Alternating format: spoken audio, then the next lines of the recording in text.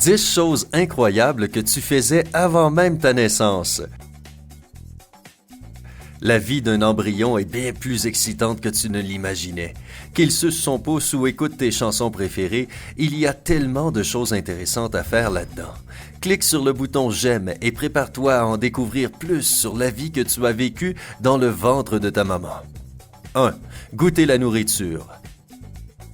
Dès la 9e semaine dans le ventre de leur mère, les bébés ont développé leur bouche, leur langue et de petites papilles gustatives. Ils reçoivent la nutrition dont ils ont besoin dans le liquide amniotique.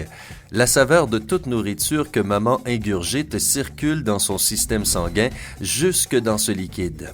Lors de la 15e semaine, les bébés peuvent différencier les saveurs sucrées des saveurs salées et même commencer à avoir leurs préférences. Donc, que maman mange un bon brownie ou un cupcake, l'embryon avale plus de liquide amniotique et apprécie son dessert tout autant qu'elle. Si elle mange de l'ail ou du gingembre, connus pour leur saveur amère et forte, le bébé avale moins de liquide. Mais ce qui est encore plus dingue, c'est que des études ont démontré que les bébés pouvaient développer une passion pour certains aliments que leur maman mange en grande quantité durant leur grossesse. Maintenant, tu sais d'où te vient cet amour inconditionnel du bacon. 2. Sucer son pouce. À la 12e semaine dans le ventre de ta maman, tu commençais à faire quelque chose d'absolument adorable. Oui, c'est là que tu as commencé à sucer ton pouce. Oh, les embryons font cela pour leur confort et pour explorer de nouvelles parties de leur corps. C'est aussi parce que leurs bras deviennent plus longs et atteignent donc leur bouche. Les scientifiques disent que plier les mains, toucher son visage et sucer son pouce sont des signes d'un bon développement. De plus, les parents deviennent surexcités quand ils voient ça à l'échographie. 3. Rêver et bâiller. Les embryons ont eux aussi des cycles du sommeil. La semaine 32, voire même plus tôt encore, est la période à laquelle ils connaissent leur premier cycle. En d'autres termes, ils commencent à rêver exactement comme nous le faisons nous-mêmes. Certains scientifiques en doutent cependant, car on ne peut pas encore analyser les ondes du cerveau de l'embryon pour le moment. Toutefois, la plupart sont d'accord pour dire que c'est bien vrai. Moi, je me demande de quoi je pouvais bien rêver. En plus de rêver, les embryons savent aussi bâiller. Ce n'est pas seulement mignon, c'est aussi un signe que le bébé se développe comme il faut.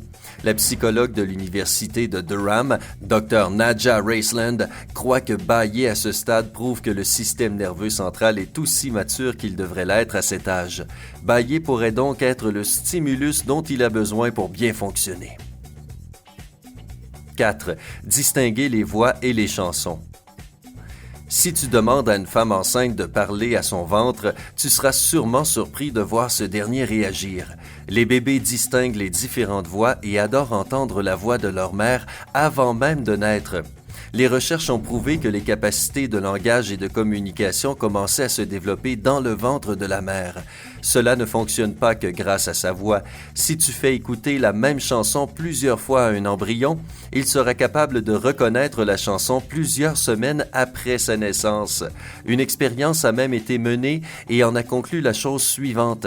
Des mamans en devenir ont écouté Twinkle Twinkle Little Star assez fort durant le dernier trimestre de leur grossesse. Quelques jours après la naissance des enfants, les scientifiques ont joué la même chanson et ont étudié la réaction du cerveau des nouveau-nés, et leur réaction a été immédiate dès qu'ils l'ont entendue. Qui plus est, ils pouvaient même reconnaître quand certaines notes étaient remplacées par d'autres. C'est ce que l'on appelle l'apprentissage préconscient, et c'est plutôt hallucinant. Tu n'es pas d'accord? 5. Pleurer. Un phénomène connu sous le nom de pleurs silencieux se développe chez les embryons dès la 28e semaine. Les chercheurs ont découvert cela après avoir stimulé des bébés avec des sons à basse tension et ce, en enregistrant leur réaction aux ultrasons. Les scientifiques ont même été capables de remarquer que les lèvres des bébés tremblaient. Les pleurs silencieux sont une manière d'exprimer leur tristesse à propos de quelque chose de négatif qui leur est arrivé. Et qu'est-ce que cela pourrait bien être? Eh bien, les bébés ne sont pas seulement connectés physiquement à leur mère, mais aussi émotionnellement. Un groupe de femmes enceintes en Australie a regardé un triste court-métrage durant 20 minutes et leur tristesse a été ressentie par leur bébé. Les embryons peuvent aussi être effrayés lorsque leur mère éternue ou lorsqu'un chien aboie à quelques mètres. Avant de te sentir mal pour eux, n'oublie pas que pleurer est un outil important pour la communication et qu'ils en ont besoin quand ils viennent au monde. Aussi, il faut se rappeler que leur cerveau est remarquablement développé pour recevoir un signal de détresse et surtout pour que le bébé réagisse. C'est absolument fascinant, tu ne trouves pas? 6. Uriner. D'accord, c'est plutôt dégoûtant, mais toujours intéressant à savoir. Comment font-ils et surtout, où est évacuée l'urine? Je ne voudrais pas casser ton délire, mais en fait, tout cela reste bien dans l'utérus. La production d'urine commence à la fin du premier trimestre et c'est le signe que les reins fonctionnent correctement.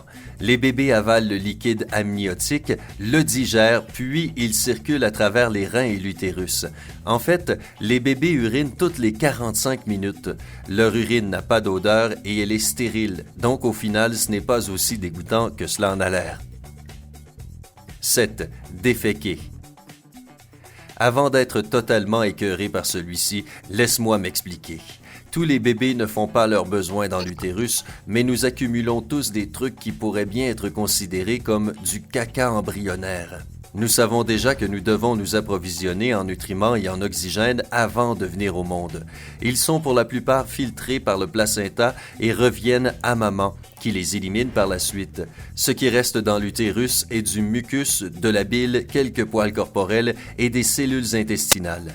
Tout cela est ensuite transformé en méconium, une substance verte, collante et stérile qui sera le tout premier caca officiel de ta vie. Les bébés retardataires ou qui ressentent du stress dans le ventre de leur maman peuvent d'ailleurs aller à la selle avant même de naître, mais c'est plutôt rare. Selon un rapport de l'Université de San Francisco en Californie, les docteurs ont trouvé des traces de méconium dans le liquide amniotique dans 10 à 20% des cas. 8. Respirer sous l'eau. À l'âge adulte, il est peu probable que tu saches retenir ta respiration sous l'eau durant plusieurs secondes, mais un embryon respire plus ou moins sous l'eau au final. Dès la 27e semaine dans le ventre de sa mère, les poumons du bébé commencent à s'étendre et à comprimer le diaphragme et les muscles de la poitrine commencent à se contracter en rythme. C'est ce que l'on appelle la pratique de la respiration, puisque cela ne requiert pas d'oxygène. Mais admettons-le, c'est plutôt cool, puisque tout cela se passe dans une poche de liquide amniotique. La pratique de la respiration est importante car elle prépare le bébé pour la vraie vie dans le monde extérieur. 9. Avoir le hoquet.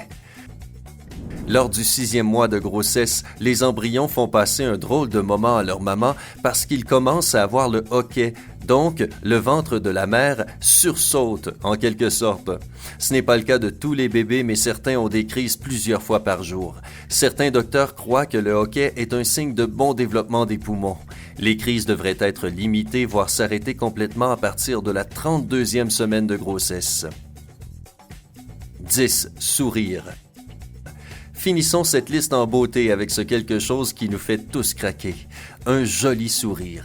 Les bébés sourient eux aussi et ont également d'autres expressions faciales. Tout cela à l'intérieur du ventre de leur maman. Les scientifiques pensaient jusqu'à il y a peu que nous apprenions à sourire en regardant nos parents faire après la naissance donc. Mais aujourd'hui, grâce aux équipements médicaux et aux technologies de pointe, comme les scanners 4D, nous savons que sourire est un réflexe que nous intégrons avant même notre naissance et auquel nous nous préparons pour après notre venue au monde. Quelle est l'information qui t'a paru la plus dingue? Discutons-en dans la section des commentaires ci-dessous. Assure-toi de cliquer sur « J'aime » si tu as trouvé cette vidéo utile. Et si tu es nouveau sur notre chaîne, abonne-toi si tu veux être le premier à voir nos mises à jour. Reste avec nous sur Sympa.